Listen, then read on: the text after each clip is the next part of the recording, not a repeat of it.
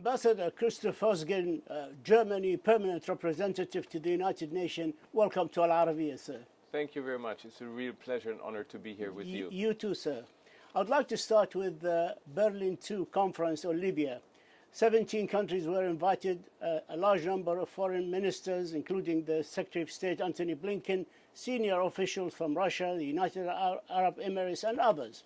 But yet, no deal or agreement on withdrawing the foreign fighters and the mercenaries.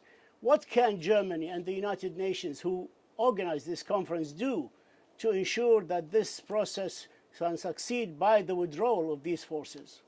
Yes, Talal, thanks very much. Before I answer this question, where do we come from? We come from a situation where when Germany was in Security Council, April 2019, we had the presidency, there was a military assault, there was attacks, people were killed.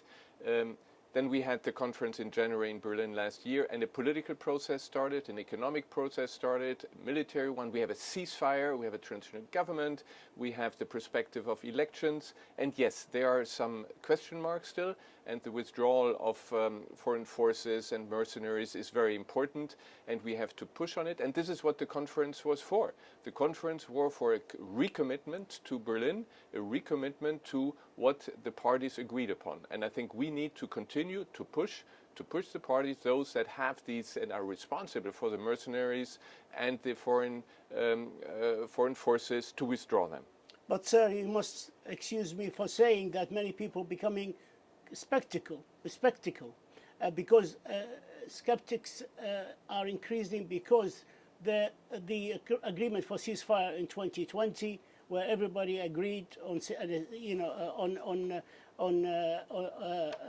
the exit of the foreign fighters and the mercenaries, yet nothing happened since last year, the 23rd of October. Also, the conference that was held in January of last year that reminded everybody with the ban on arms embargo and etc.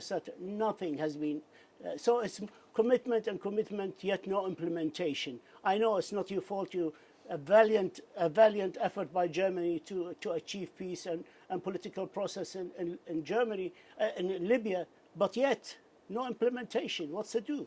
Well, I think it's very important. It's very important that we talk, that this is on the agenda, that the countries that put their mercenaries there are reminded that they signed an agreement according to which they have to withdraw them. So the conference was again to remind parties of their commitment.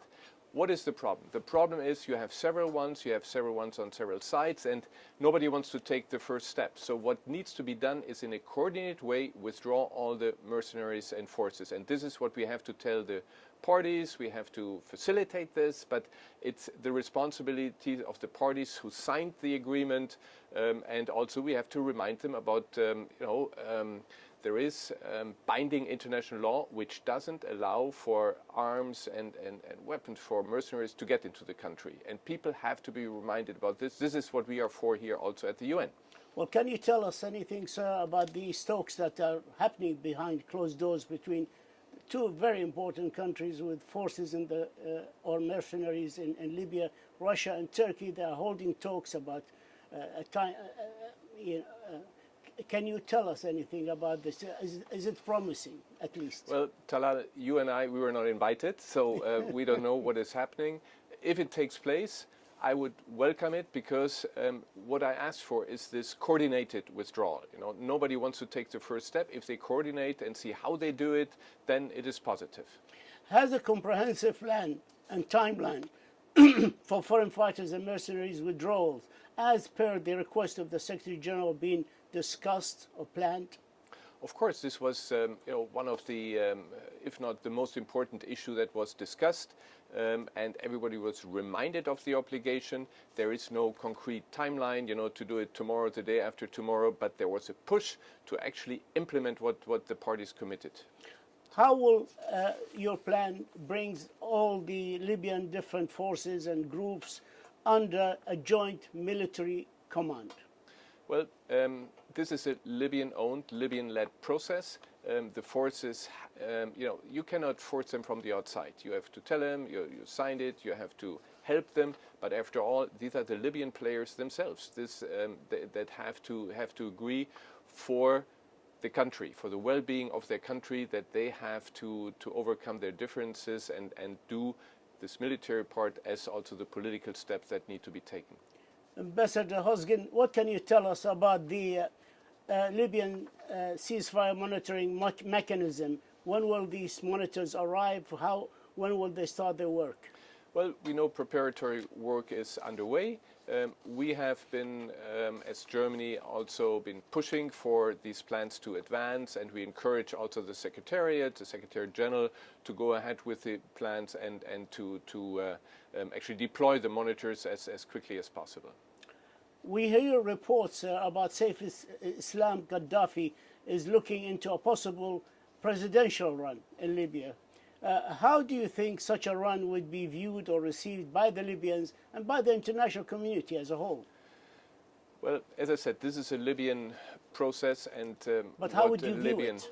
I would say what you have to find in the political process, in view of the elections, you have to identify people who can unite the people, who can see that from all sides. They say, yes, this is somebody who is representing all of us, and this is what our line is. But you have no problem with I didn't say that. Somebody who's the ICC has issued, of course, arrest warrants for him, and etc. When there are people who are sought by international law, by international court, of course these calls have to be followed and have to be implemented. Why is Germany undertaking such efforts to help the Libyan people and to help stabilize Libya? Well, it's not only in Libya where we are active, but you remember the origin, perhaps. We were both here when actually at the time Hassan Salameh, who was at the time a good friend of yours, of ours, when he asked Germany, we are in Security Council, we are head of the Sanctions Committee, we have a lot of influence in Libya. You know, remember in 2011 when the decision was taken, we abstained. So this gives us a lot of credibility, and we were asked, and it's in our interest. In our interest as Germany, as Europe, is to have a stable Libya, and this is why we are engaging, where our foreign minister, where Chancellor Merkel is engaging in this process. Time is catching up with us, but you are retiring and leaving us here in New York on the 1st of July.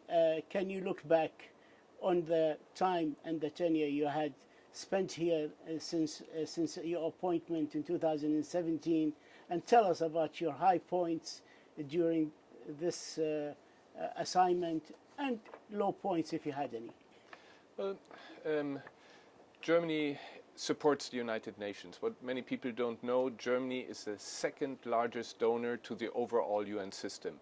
This demonstrates how much Germany supports what the UN stands for. The UN stands for multilateral solution, for peaceful solution where people sit around the table and come to a political solution, and the UN is the right place for it. Of course we are frustrated. We are frustrated that while we are talking about Libya, which is relatively a success, you know, look where we stood 2 years. We have a huge problem in Syria. People are suffering in Yemen. We have Myanmar. There are a lot of problems still, and but we believe in the UN. We believe that we have to resolve this problem. And we are sometimes frustrated that in the Security Council you have the blockade. You have countries, issuing their vetoes. You remember a year ago to talk about the low points when we were trying to get crossing points open.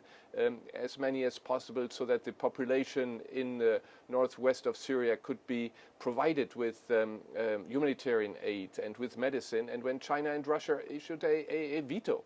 And this was a low point. But in the end, a lot of insisting. We worked through the weekend. We made you work, Talal. We got, in the end, an opening there. This is what the UN is about, to fight for it, to fight, in the end, for the many people around the globe. I must say, sir, and I'm speaking very frankly here, I'm honored to know you and to work with you and with your wonderful, hard-working team at the mission of Germany since July 2017, and we'll miss you here and miss your reassuring presence. We wish you all the very best of luck, sir. Thank you very much, Talal, and I miss you and Al-Arabiya. Thank you. Thank you, sir. Thank you.